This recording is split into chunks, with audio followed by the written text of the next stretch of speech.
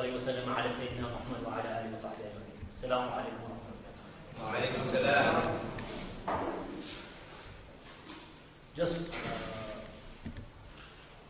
whenever we come to discuss one of the personalities of Islam, we always remind ourselves at the beginning, first and foremost, that after the Prophet Muhammad alayhi salatu wasalam, every single person who came after him, including the companions and after the companions, it applies more. Every person that came after him has their good points and their excellent points. And every person can also have shortcomings or weaknesses, particularly as the ages and the time goes further and further away from the time of the companions and those who came after the companions.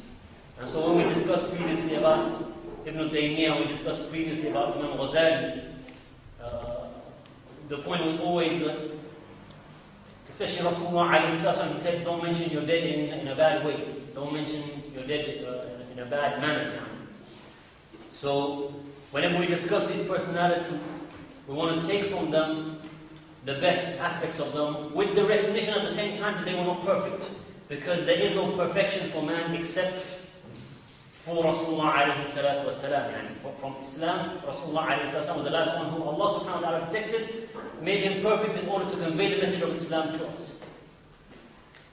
And also, even though we said previously, the brother mentioned that the giants of Islam, they belong to Islam generally, such as Shaykh Ibn Taymiyyah and Imam Ghazali. Of course, Hassan al-Banna is very well known because he is the founder of the group Jama'at Ikhwaan Muslimin, the Muslim Brotherhood. Let me just give a little bit of background, inshaAllah.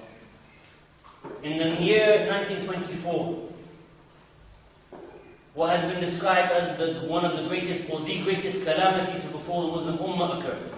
This is mentioned by many ulama since then as being the greatest calamity or the greatest disaster to ever befall the Muslim Ummah, which was the final abolition of the Khilafah, which had its last seat with the Uthmani Khilafah in Turkey. And soon after that, within a year, one Azhari scholar, or one Azhari graduate, we should say, who was a judge, called Ali Abdul Razid, had written a book. And this book, which was released in 1925, it was the first book written by someone who was an Islamic graduate, graduated from an Islamic teachings. The first book, the first opinion from someone who came from an Islamic background to advocate secularism. The first one.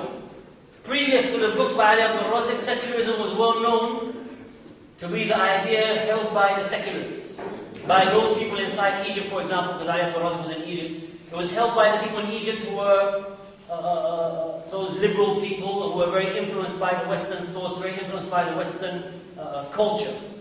Taha Hussein and other people like him. And so when Ali Abdul Razid wrote this book, he caused a big storm because he is a judge. Not only a judge, a Sharia judge, who was a graduate of Azhar University, writing a book where he's saying that in Islam, this thing called Khilafah was something made up. That this thing called Siyasah had nothing to do with Islam. That the deen was separate from the Dawla. The deen, Islam, the religion, was separate from the Dawla, was separate from the state. So this is what caused the shock in the community, not only in Egypt, but across the Muslim world actually. It caused a shock because while it's acceptable, not acceptable, while it's understandable that a man like Taha Hussein, who's influenced by the Western culture and influenced by the Western thoughts and is very liberal, while it's understandable someone like him can come with such an idea because that's a purely Western idea, it was something amazing that an Azhar graduate could come with these ideas. And not only that, argue it or try and argue it supposedly from an Islamic basis. And so the first one to stand against him was Sheikh Rashid Rida. And so Rashid Rida began to write inside his Al-Manar magazine, he began to write article after article criticizing this book. and exposing this book, and exposing the arguments as being completely invalid arguments, and showing how Islam, the Khilafah system, was part of Islam from the very beginning, and how Rasulullah alayhi salatu wasalam was a politician and a leader as well as a prophet and a messenger, and how the Khulafa after him ruled not according to their own whims and desires, but they ruled according to the Kitab and the Sunnah. And then Rashid brother began to call upon Azhar to come out and say things, to come out and take a stand. This is one of your own graduates.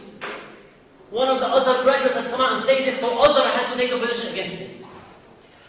And at the same time, there were ulama even as far away as Tunisia, such as Ibn Ashur, who are writing books criticizing and refuting the ideas of Ali Abdul Razik.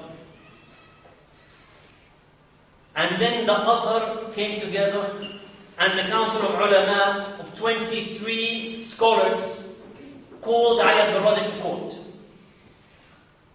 And so Ali Abdul Razik came to court, and basically it was a court upon whether this man, his ideas were heretical.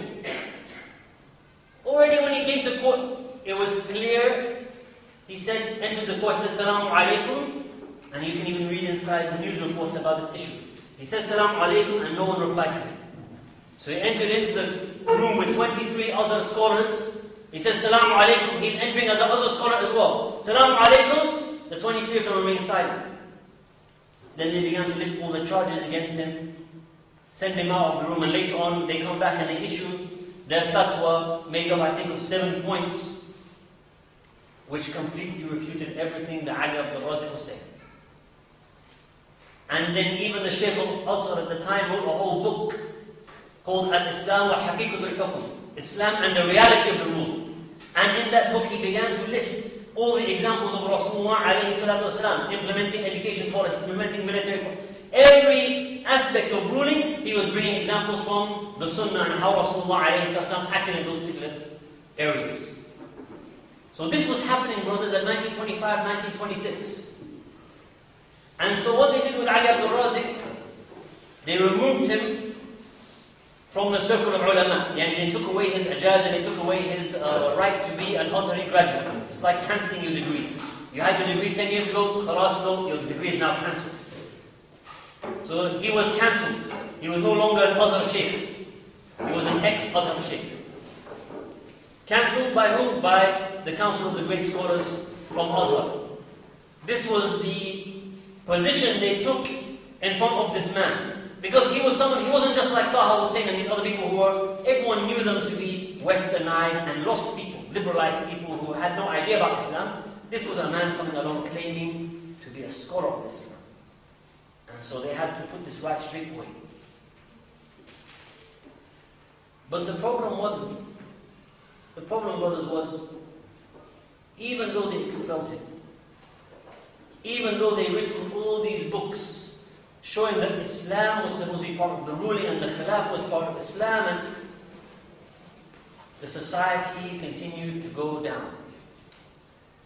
Khilafah was abolished and no one was bringing it back again. At the time in Egypt, the immorality and the liberal values were appearing more and more in the society. The newspapers and the journalists were writing more and more about it. The books were being released, pushing for liberalism and these kind of ideas. And so around that time there was a gathering of some ulama and some young activists who were Islamically inclined. And one of these ulama, his name was Sheikh Dajjal. This Sheikh, he began to lament and complain. He began to say, look at all this poison which is coming out in the society. And then he began to complain about the weakness of the Islamic forces in front of all of its enemies. And then he began to talk about his group, or a group which he had been working with. This one today is called Nahda Youth, or Nahda Youth. This one in the time of Sheikh al-Dajjal, he would call it Nahda al-Islam, Revival of Islam. This was a group which they had, talking about the revival of Islam. He said, this group, we've been writing letters, we've been going to conferences, we've been presenting papers, and it's made absolutely no difference. The society is going downhill.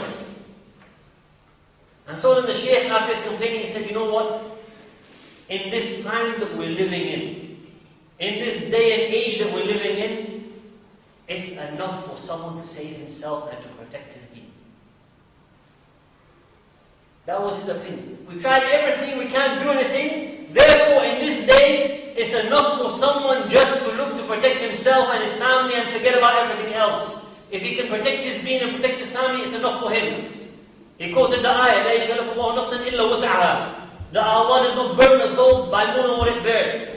And then inside that sitting, inside that very gathering, one young man said to him, Ya Shaykh, Wallahi, I don't see the things the way you see it. He said, I don't see the things the way you see it. And just because the situation has become bad, just because the situation, we see the evil and the domination of the foreign culture, just because of this, it doesn't mean that's an excuse for us to sit down and do nothing. It doesn't mean that that's an excuse for us to remain seated. It doesn't mean that that's an excuse for us to run away from the difficulties. And then the ulama around him began to say, do you know who you're talking to? The young man talking to one of the shuyukh of Azhar, and they began to criticize him until the shaykh stopped them and said, no, wallahi, let him speak. He's just saying what's from the heart. That young man was Hassan al-Banna. That young man was Hassan al-Banna before he established Ikhwaan al-Muslimin. That young man who sat there and said to the Shaykh, La ara kama tara, I don't see it the way which you see it. That young man in 1928, when he was a teacher in Ismailiyah, a group of young men came to him and they said to him, we need to do something for the sake of Islam. And we do not see the path the way that you see the path. And so then be our leader.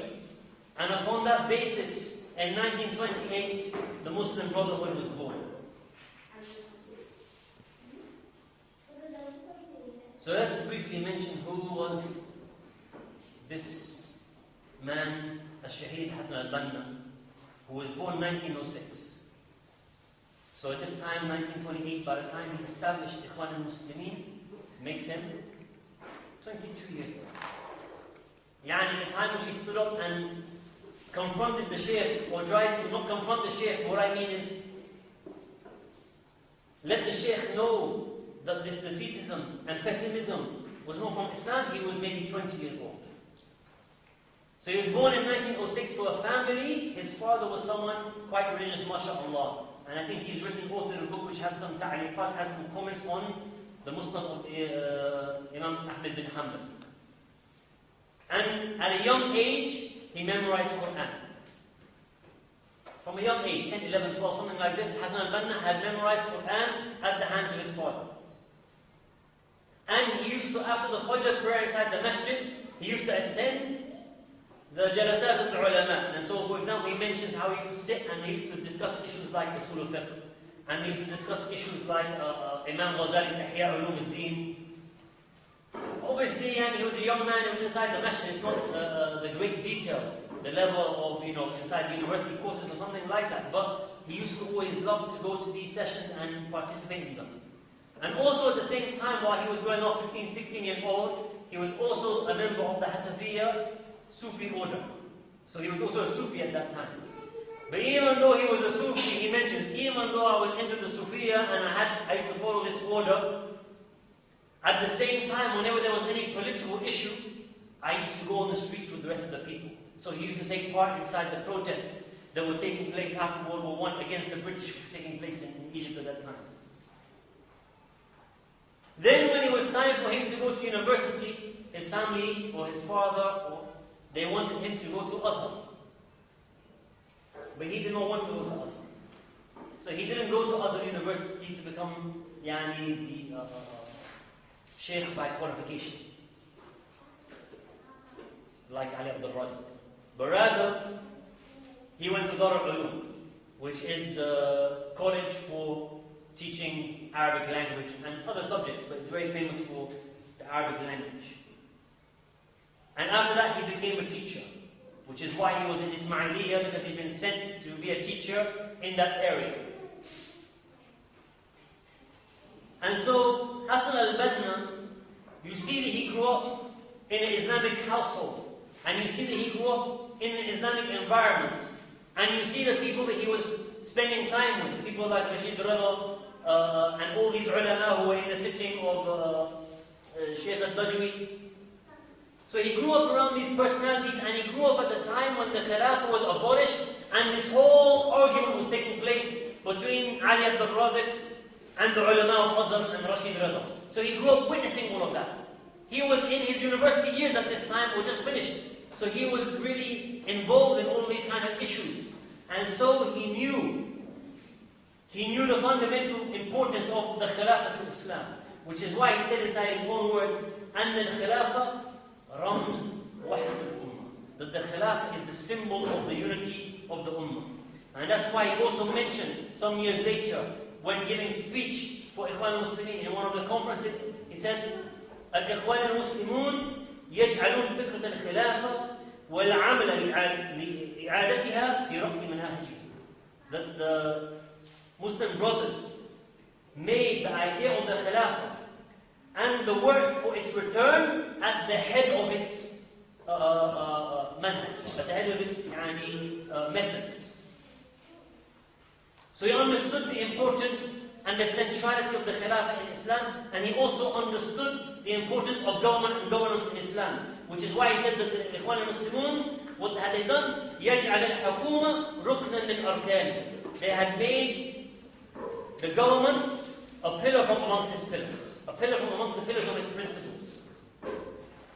And Hassan al-Banna also understood how authority was needed in order for Islam to be implemented.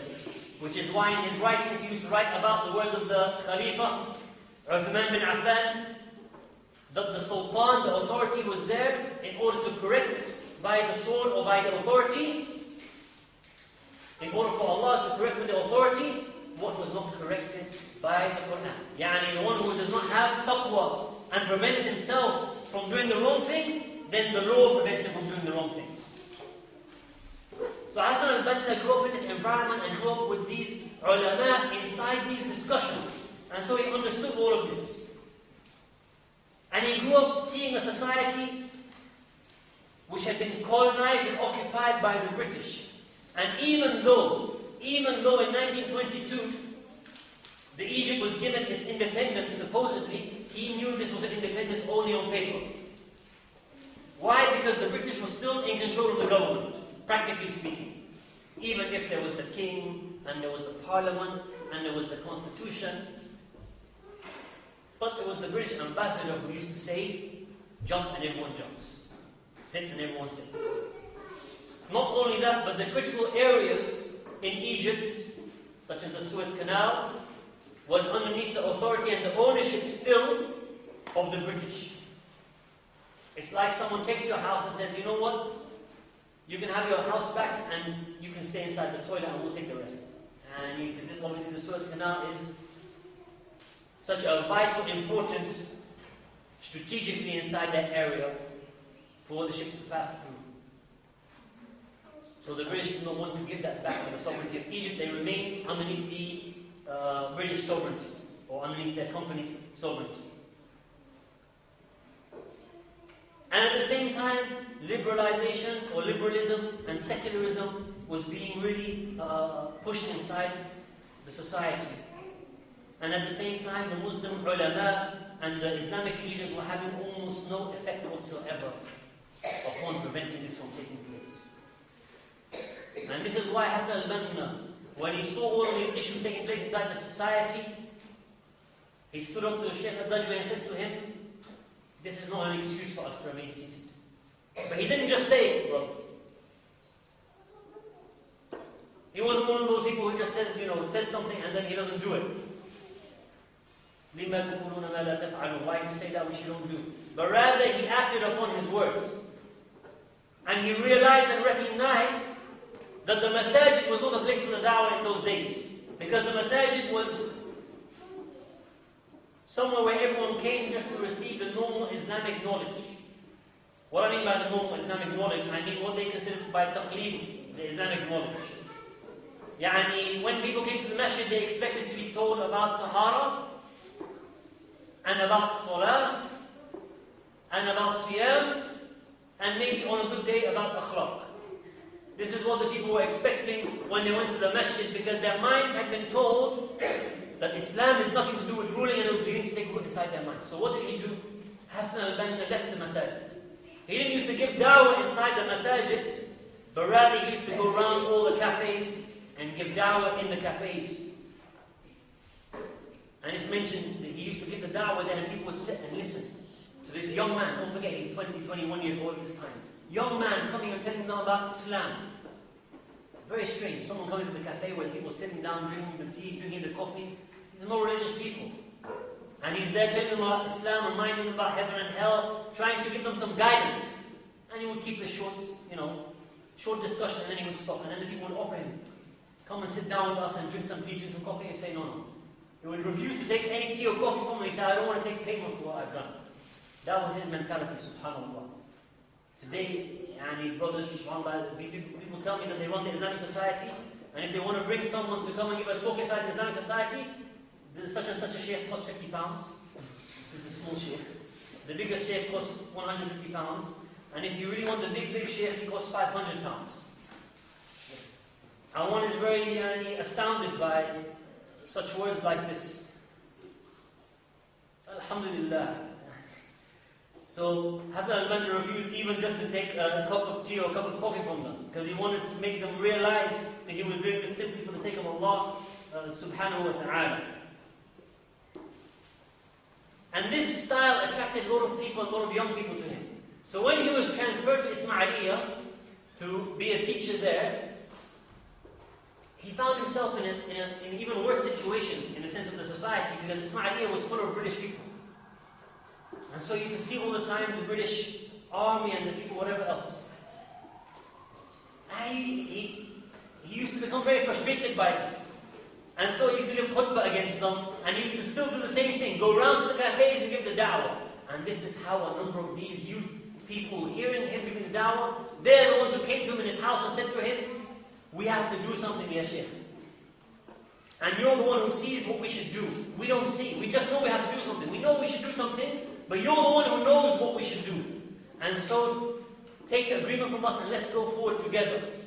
And so then they took an agreement, they took a contract with each other to establish a brotherhood, to be what? To be mujahideen inside the da'wah. To be soldiers inside the da'wah to Islam. And this is how Hassan al-Banna went around attracting the people to Islam, because he wasn't giving them that same message which was being heard inside the masjids. Rather, he was going to them in the cafes and telling them the reality of what Islam was about. And so he told them, Al-Islam, deen, or Islam, hukum, wa tanfeed. Islam is the law, and it's the implementation of that law. Kama huwa tashri' wa ta'aleem. Just as it is legislation and education. Kama huwa qanun wa khada. Just as it is law and it is judging, and judging between the people. And Hassan al-Banna was well known for struggling against secularism. After he established Ikhwaan al-Muslimin, they used to have different newspapers which would come out and different leaflets which would come out. He was very well known for taking such a strong stance against secularism. Such that when Taha Hussein wrote a book in the 1930s, proposing these ideas, more secularism and more Western liberalism and so on and so forth, and everyone can return back to the book of Taha Hussein if they really wish to, and see the things he was talking about. Number of people rejected him, even some other scholars and whatever else. But Hassan al-Banna was the one who gathered the people into a sitting, maybe something like this sitting, and he went through Taha Hussein's book and point by point destroyed the false ideas of secularism which was inside the book. But what was amazing about this situation was that Taha Hussein himself attended in secret. So he arranged to attend the meeting. It'd be like someone sitting behind the curtains at the back, so he wouldn't know that they were there. So he arranged to attend the meeting in secret, and he sat there listening to everything which Hassan al-Banna has said. And then he contacted Hassan al-Banna later and said to him, I came to you and I listened to what you were saying, but I did it in secret. And he said, Wallahi, no Wallahi, because this man is a secularist. But he said, you're the only one out of all the people who reject me and rebuke me, you're the only one who I come to listen to. Because everyone else is kalam farid, and it's empty words. Whereas you have something specific to say. So this is what Hassan al-Banna was well known for. However, even though he was giving this da'wah to Islam, and the da'wah to implementing Islam, al-Islam hukm wa tanfeed, it's a rule, a law and implementation, he saw that there was a big obstacle in the way of this implementation, which was the British occupation. This was the big obstacle in the way. So he would consistently write in his magazines about how the Quran had to be the basis of the law inside the country, and had to be the basis of the government. And he used to account the government consistently. The government at this time, brothers,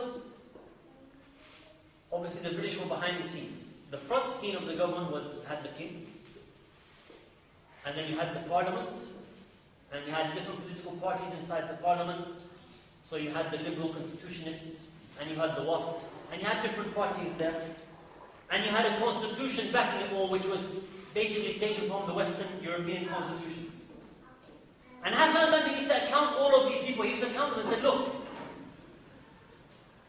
I don't mind the constitution, because inside the Egyptian constitution it's written that Islam is the deen of the nation. It's written that very clearly inside the constitution that Islam is the deen of the nation. So I don't have a problem with the constitution. This was his opinion. We can discuss his opinion later if need be, but he said, I don't find a problem with the constitution because it says that Islam is the deen. And I don't find a problem with the parliament either. The reason I don't find a problem with parliament is because when you have a ruler in Islam, when you have a Khalifa in Islam, he is supposed to be accountable. So he has to have a Majlis al-Shura, he has to have a Shura council, which accounts him. The Ummah, it's the right of the Ummah to account the leader. And so this parliament is just a way to help us account the leader. So I don't mind the parliamentary system.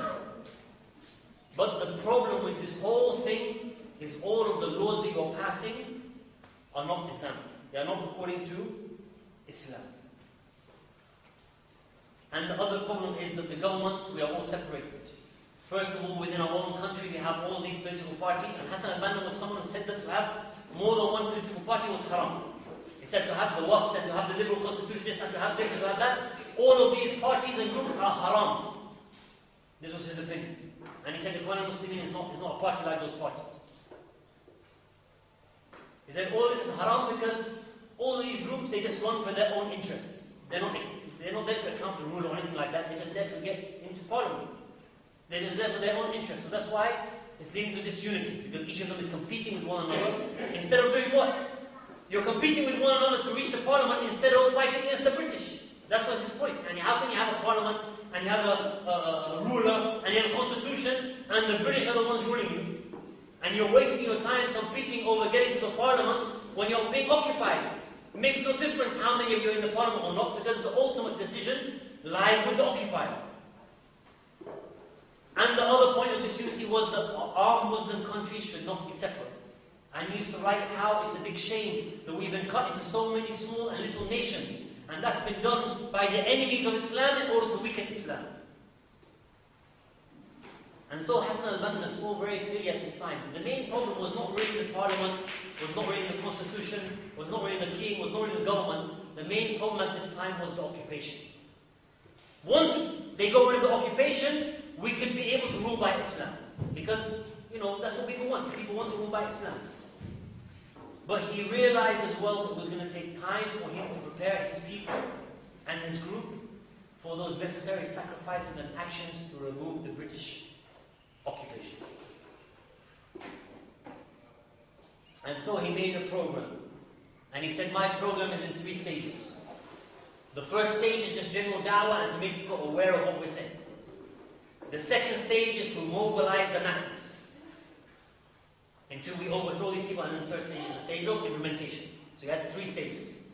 General calling the people, then mass mobilization, getting all the people to revolt, basically, civil unrest, and then we implement Islam once we're free.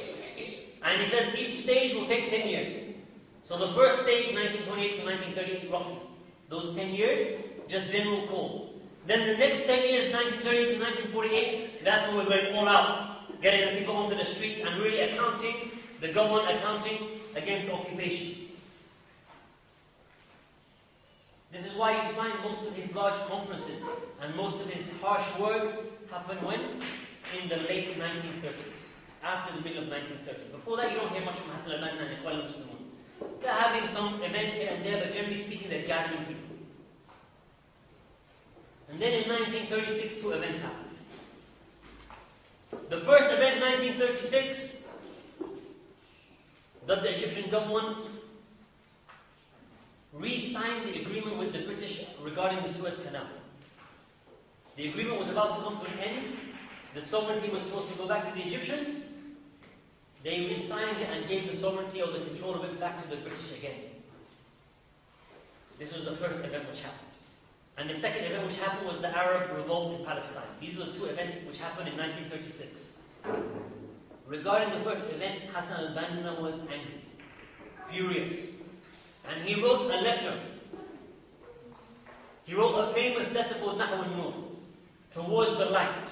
And he sent that letter to his own government, and the Egyptian government, but not only to the Egyptian government, he sent it to all of the Arab governments. He sent it to the government of Iraq, he sent it to the government of Saudi, he sent it to each and every Arab government, this letter. And what did he say inside this letter? He said, we have two things we have to do. After criticizing them for all they've been doing, he said, there are two things we have to do. The first one, تخليص الأمة من قيودها السياسية. Removing from the Ummah the political chains around her. Meaning what? Liberate the land from the British. Because it wasn't just Egypt which was occupied at this time. Many of the Islamic countries were still occupied with a pseudo-independence. So this was his first point. We have to free the Islamic lands from the chains of colonialism. Then, بناؤها من جديد. Then to build the Islamic state from you. And he said, you're going to have in front of you two choices. فأما طريق الأول أو فأما الأول وطريق الإسلام. As for the first way, it's the way of Islam. The way of Islam and its pillars, and its rules, and its civilization. And as for the second way, it's the way of the West. And the civilization of the West, and the culture of the West. And he accounted them and said to them, how can you turn towards the West, and the Western way, and the Western culture, and the Western ideas, when everything within Islam is sufficient for you? And it's the Western leadership which is destroying the world today.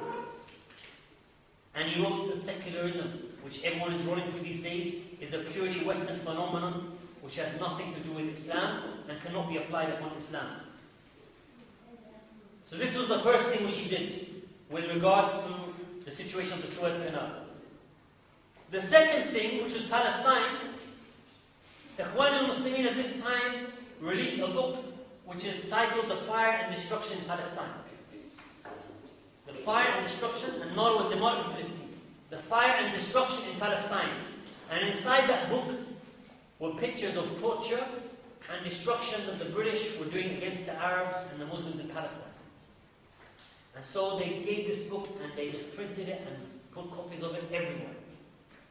And by the time the second or the third print of it was out, Hassan al-Banna found himself in jail. They locked him up and put him in jail. The Egyptian government locked him up and put him in jail because of this book.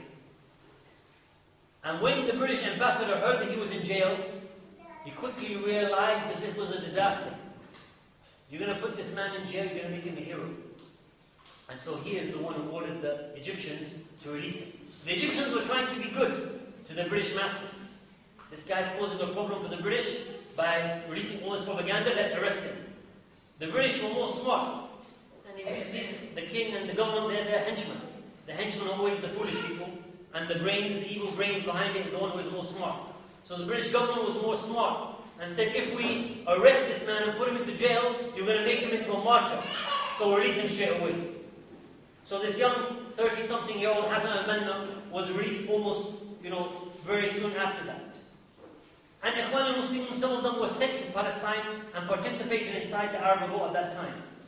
And so those years, they became very heated years between Hassan al-Banna and between the British and between the British-sponsored government. To the point that in 1940, there were even problems occurring within Ikhwaan al-Muslimin.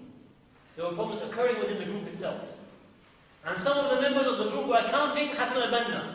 And they were saying, Allah subhanahu wa ta'ala says inside the Quran, whoever does not rule, وَمَنْ لَمْ يَحْكُمْ بِمَا أَنزَلَ اللَّهُ, whoever doesn't rule by what Allah has revealed, فَأُولَٰئِكَ هُمُ الْكَافِرُونَ, then those people are the disbelievers. They were coming with this ayah and telling him, look, this government is backing the British, and they love the British, and they're following the British, so this ayah applies to them. So how can we remain silent upon them? And so amongst them was one of the main members of Ikhwaan al-Muslimin, who was Ahmed Rafat. And Hassan al-Banna refused them, and said to them, he still gave the benefit of the doubt. He still believed that there was good inside even the government. And he still believed that it was the British occupation which was forcing them to act a particular way. In other words, if we get rid of the British, then these guys will come back to their roots and will apply Islam. They're only not doing it now because they are chained. And so these people, Ahmed Rafat and his group, they split away from the Ikhwaan al-Muslimin in this time.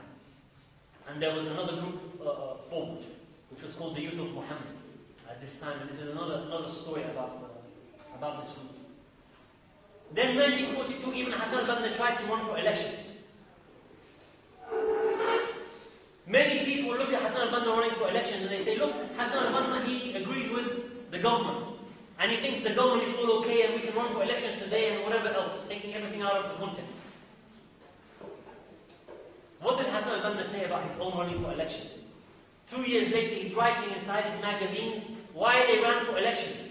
And he said, the reason we ran for election is because the parliament is like a pulpit, it's like a member for doing da'wah. Yani we get into the parliament and we can give speeches and give da'wah. That's why he ran for the parliament. And it makes sense anyway. Why else would he run? Because only one or two of the Ikhwaan run.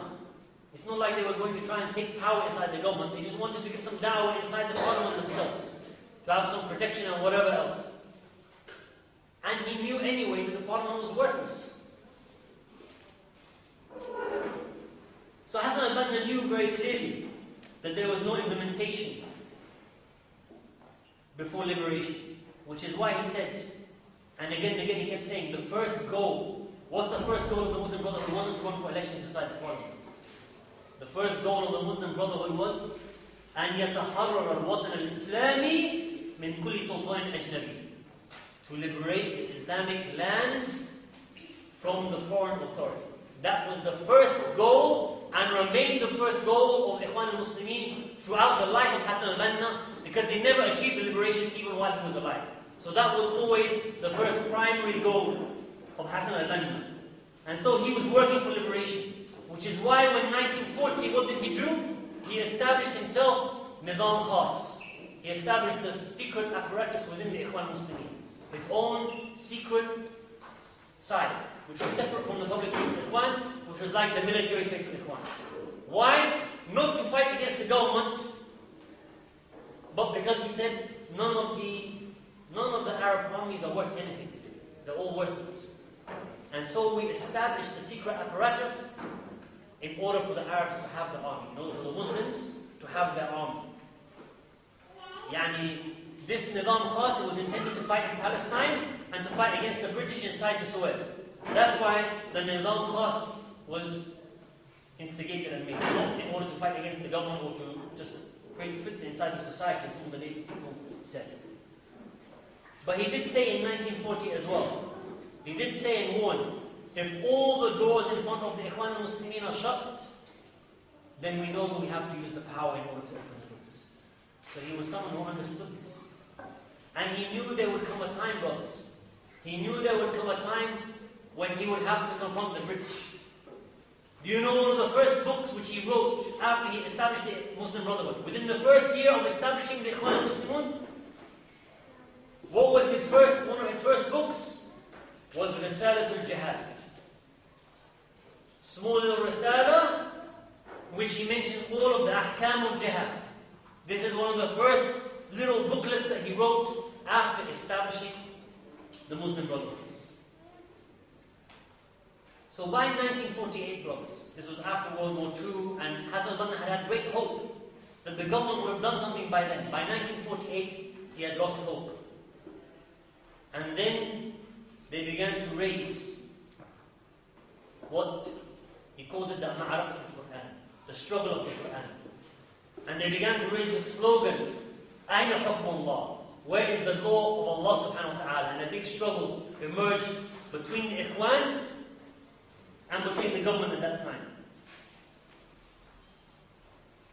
And he stated very plainly, he said, if a state does not implement the Sharia, then it will not be an Islamic state, whatever its constitution says. So even if the Egyptian constitution says that it's Islamic, if it doesn't implement the Sharia, then it's not an Islamic state. And he said, if the people are content with that, are content with the people, with the state not implementing Sharia, then they are not an Islamic people, even if they claim to be. These were the words of who? Hassan al-Banna. Then, as a result of all these struggles and the unrest and the bombs went off, because at this time in the Northern Khas began to fight against the British, and so bombs went off in the different hangouts that the British used to stay in, and the armies and the soldiers or whatever else, and some of them were killed. Then Nukrashi, who was the Prime Minister of the time, banned the Muslim Brotherhood. This is 1948. And in December of 1948, Nukrashi himself was assassinated, killed by one young member, rogue member of the Muslim Brotherhood. Yani Hassan al-Banna straight away came out and denounced this action and said it's a wrong action and he's not from the Brotherhood.